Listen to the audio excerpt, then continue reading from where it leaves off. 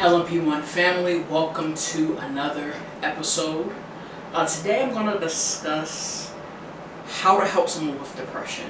And I previously discussed this topic, and I'll put the link to that video in the comments here if you want to take a look at it. But I wanted to touch on this again and more in depth as I'm hearing more and more suicides and suicide attempts. Taking a little break from the series Chatting with Steph. I've been working on some content that I really want to share with you all, and later on we'll resume back to Chatting with Steph as I do some more networking and collaborating with others. Very appreciative to those who were a part of the Chatting with Steph series. It was amazing. I enjoyed every bit of it, and I hope that you viewers out there enjoyed it as well. So, kind of the basis of this video here is simply this. The more we normalize and talk about mental health, the more we dead the stigma and have a chance at saving more lives and people from suicide. Hence this topic being how to help someone with depression, because that's kind of where it starts. We don't know the ins and outs and reasons anyone commits suicide.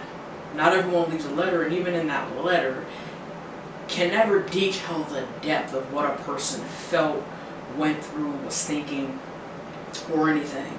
So for me, being a person who has experienced depression, anxiety, stress, along with being diagnosed and knowing how I felt on my darkest days, and knowing that there's individuals that experience and have experienced even darker days, can't even fathom or imagine, right? And part of Life Matters Plus One was a lifesaver for me to become an advocate and even gain my own healing through this, and trying to normalize mental health and dead the stigma and get people just talking about it, people comfortable to talk about it, and those that, you know, maybe you're not on the end of experiencing this, but you have friends, you have loved ones that are, and you could be a support to them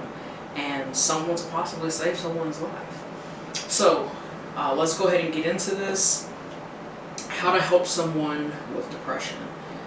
So I'm going to discuss 5 topics within this kind of in detail. So the first one is listen to them. Engage by using active listening techniques. So how can you do this, right? Ask questions to get more information instead of assuming you understand what they mean. Again, when people are experiencing stress, anxiety, depression, and different challenges in their mental health, we can't just assume, you know, what they're expressing to us. So it's important that we ask questions and follow on questions to be sure that we're actively listening and understanding them and to better support them. And then on top of that, when they are opening their heart and sharing their feelings, which takes courage, which takes vulnerability, validate their feelings. Don't just have them pour it all out and, you know, don't validate them and feel some empathy and feel what they're feeling, which shows that you have interest and empathy for them.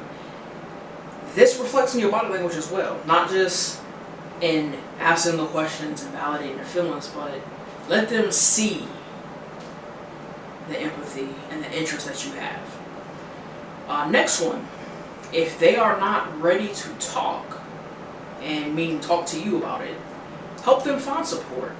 If they seem interested in counseling or therapy, offer to help them review potential therapists. Encourage them and support them to make that first appointment. This can be very helpful, especially when someone is struggling. Having you support them, having you encourage them, wanting to seek that help and get counseling or therapy, or whatever it is that they want to do that they feel will benefit them, be there. And then when they're ready to talk to you, be there. which leads to the next one: support them in continuing therapy, or whatever it is that they, choose to do. And when they do discuss their struggles with you or what their challenges are, and that encourage that they're sharing this with their therapist, or if they're a part of a support group, so that it's not just between you two, but to those others that can also help them in their healing process and fight with their mental health. Now, in being there for someone, so listening to them, supporting them through everything, and being whatever it is they need for you to be, you have to make sure that you take care of yourself. It's very important. So this requires setting some boundaries. So you may have to, really look at your schedule, your calendar, and okay, when am I truly available to be there for them, to hear them, to feel them, and be honest and open with that and say, hey, I know you need me, I know you need to talk, I know you need to spend some time, or whatever it might be. This is when I'm available, because you want to make sure you're giving yourself time to do things you need to do, as well as re-energize yourself, because it can be, very draining to support someone emotionally. And I can attest, being on both ends of that. I know I've drained some people, and I've been drained by other people, but it's important to take care of you so that you can better support them. Also, in taking care of yourself, you may support them in ensuring they're doing self-care, right? So make sure you're practicing self-care yourself.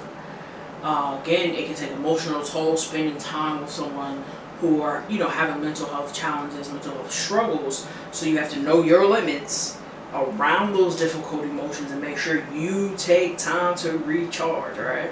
That's very, very important. And the final piece here that I do want to discuss is learn about depression on your own. And anything else involving, whoever it is you may be in contact with or trying to help or be there for, know their diagnosis, right? Get educated by them, but also educate yourself. That's a very important piece. You want to read up on the symptoms, the causes, the diagnostic criteria, treatments on your own, so that you're being educated and able to better support them through the education that you do through your own research. While people experience depression differently, being familiar with the general symptoms and terminology can help you have more in-depth conversations with them. And again, you just have to think of it as the love you have for this friend, the love you have for this loved one, family member, or whatever it might be. You could be that piece to help keep them alive. So it's a selfless act that you have to do to take on the responsibility of really being there for somebody who experiences these challenges. And just like it takes a person experiencing to have that courage to open to you and be vulnerable, the same goes for you. So again, I have the link to the previous video with similar content that did discuss other things and ways to help. I just wanted to kind of introduce some of these because I think that these are very provoking in getting conversation going, and to further help them and support them, but be mindful of you as well, and just help you to even advocate for those who have these struggles, who have these challenges. So I hope that you found this content beneficial. I hope that it educated you in some way and encourages you to further do so and help me on this journey, and being an advocate to help others and save lives. If you guys can share this video, like the video, subscribe if you haven't already, so you can be notified. And this is nothing about the likes, this is nothing about the following, but simply we know how things work when it comes to technology, social media, and all with the algorithm, right? The more things are posted, the more things are shared, the more it gets around. It's simply about getting this out and all the other content out to save lives. I don't know who, watches, I don't know who hears, who sees, but I wanna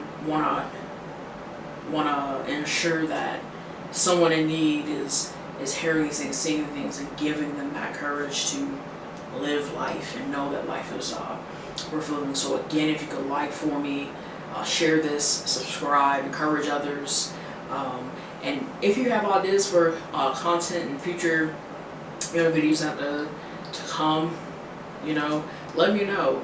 You can DM me on Instagram, you can email me at lifemattersplus1@gmail.com. And if you want to learn a little bit more about me, you can go to my website, www.lifemattersplus1.com. Quick bio there. There's also items there that you can purchase that help me and to continue and do what I do. With that said, thank you for watching, thank you for listening, and stay tuned for more.